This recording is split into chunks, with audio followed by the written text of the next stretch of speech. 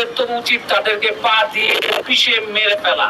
নাসিরউদ্দিন পাটোয়ারীকে আমি মহানগর বিএনপির পক্ষ থেকে নারায়ণগঞ্জে অবাঞ্ছিত ঘোষণা করলাম। সে যদি ভবিষ্যতে নারায়ণগঞ্জে পা দেওয়ার দুঃসাহস দেখায় তাদেরকে আমরা প্রতিহত করব। ভাইয়েরা কি বলে? তারেক রহমান কে ভাই?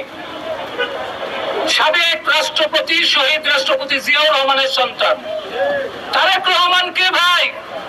সাবেক তিনবারের প্রধানমন্ত্রী বেগম খালেদা জিয়ার সন্তান। তারেক রহমান কে ভাই? বর্তমানের সফল রাষ্ট্রনায়ক।